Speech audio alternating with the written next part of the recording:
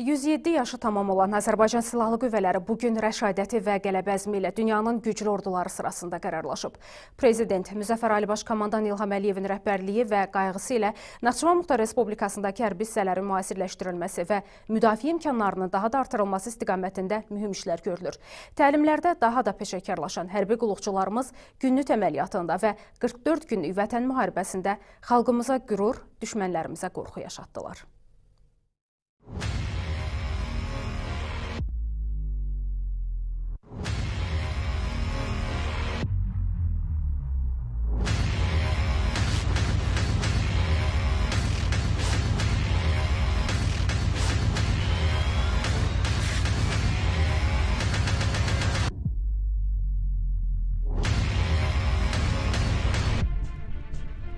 Ümumilli lider Heydər Əliyevin təşəbbüsü ilə Naxçıvanda yaradılan ilk milli ordu qurumu Əlahəddin Ümumqoşun orduya qədər böyük inkişaf yolu keçib. Ulu öndər Heydər Əliyevin müəyyənləşdirdiyi ordu quruculuq siyasətini layiqincə davam etdirən Prezident İlham Əliyev Naxçıvan Muxtar Respublikasının müdafiə qabiliyyətinin möhkəmləndirilməsinə xüsusi diqqət yetirir. Qalib ölkəmizin müdafiə qüdrətinin hər keçən gün daha da artması müzəffər ordumuzu milli silah və texnikalarla təmin etməyə imkan verir. 2023-cü ilin sentyabrın 25-də Azərbaycan Prezidenti İlham Əliyevin qardaş Türkiyənin Prezidenti Rəcəb Tayyip Ərdoğanla birgə Naxçıvan Bərpa İstehsalat Hərbi Kompleksinin açılışında iştirak etmələri ordunun müdafiə potensialının və ən müasir silah sistemləri ilə təchizatının yüksək səviyyədə olmağından xəbər verir. Eyni zamanda Əlahəddin Ümumqoşun ordunun hərbiçiləri Azərbaycan-Türkiyə birgə təlimlərində hər zaman peşəkarlıq və sarsılmaz qardaşlıq nümayiş etdirirlər. Real döyüş şəraitinə maksimum uyğunlaşdırılmış şəkildə keçirilən təlimlərdə qarşıya qoyulan bütün tapşırıqların uğurla icra edilməsi qeyd olunanlara əyani misaldır. Dünya hərb elmində 21-ci əsrin müharibəsi adını qazanan 44 günlük müharibədə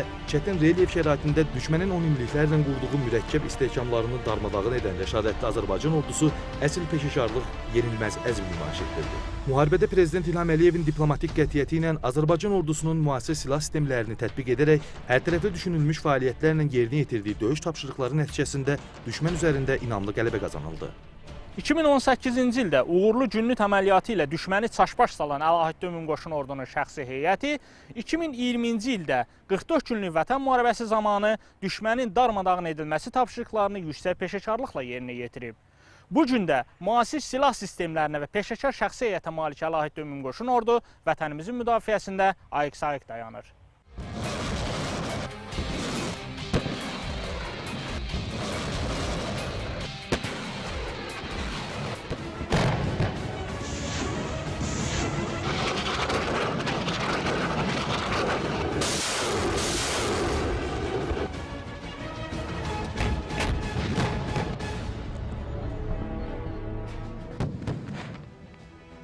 Əlahəddin Ümumqoşun ordunun xüsusi təyinatlı bölmələri ilə bərabər tank əleyhinə bölmələrindən döyüşlərə cəlb edilən heyət də düşmənin canlı qüvvəsinin və hərbi texnikasının məhv edilməsi tapşırıqlarını peşəkarlıqla yerinə yetirdi. Müzəffər Ali Baş Komandanın etimadını doğruldan Əlahəddin Ümumqoşun ordunun Mərd əsgərləri Şərur rayonunun Günlük kəndini və Muxtar Respublikanın 11 min hektardan artıq ərazisini düşməndən azad edərək Qızılqayada qaldırdığı Azərbaycan bayrağını vətən müharibəsində əzəmətli Şuşa qalasında da qürurla dalğalandırdı. Bizi bu zəfərə aparan tarixin keçmişinə nəzər salsaq, artıq görərik ki, tək 44 günlük vətən müharibəsinə qədər bizim qazandığımız uğurların bu uğurda, bu yolda rolu çox böyükdür. İlk növbədə nəzər salmaq istəyərdik ki, 2016-cı ildə aprel döyüşləri. Aprel döyüşləri artıq bizi zəfərə aparan yolun başlanğıcı oldu. Bununla bərabər də eyni zamanda 2018-ci ildə Naxçıvanda yerləşən Günlük kəndinin işğaldan azad olunması da bu zəfərə aparan yolun ən uğurlu addımlarından biri oldu. 44 gün ərzində döyüşə hazır vəziyyətdə olan Naxçıvandakı bütün hərbi birləşmələr kimi Əlahəddin Ümumqoşun ordunun hava hücumundan müdafiə bölmələri Muxtar Respublikanın hava sərhədlərini qorumaqla yanaşı döyüş əməliyyatlarının aparıldığı ərazilərdə hava hədəflərinin aşkar edilməsi tapşırıqlarını da xüsusi peşəkarlıqla yerinə yetiriblər.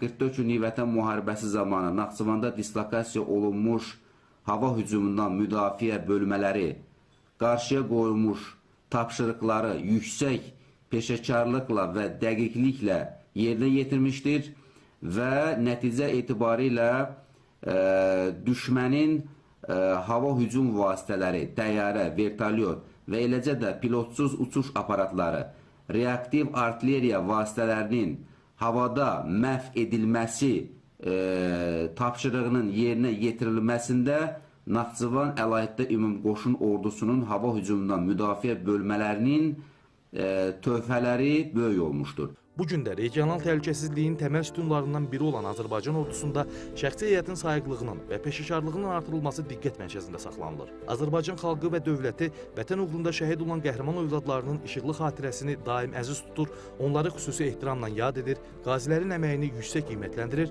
və onlarla qürur duyur. Güclü potensiala və yenilməz döyüş təcrübəsinə malik Azərbaycan Silahlı Qüvvələrinin vətən müharibəsi və antiterror tədbirləri ilə yazdığı şanlı tarix Azərbaycanımızın inkişafı üçün möhkəm bir növrə olmaqla yanaşı, həm də regionumuz üçün sülhü və təhlükəsizliyi təmin edən önəmli amil rolunu oynadı. Bir sözlə, 2016-cı ildən aprel döyüşləri ilə başlayan böyük qayıdış 2018-ci ildə Günnütə, 2020-ci ildə Qarabağ və Zəngəzura yol açdı. Nəriman Nəcəfov, Nifti İbrahimov, Samuray Səfərov, NTV Xəbər.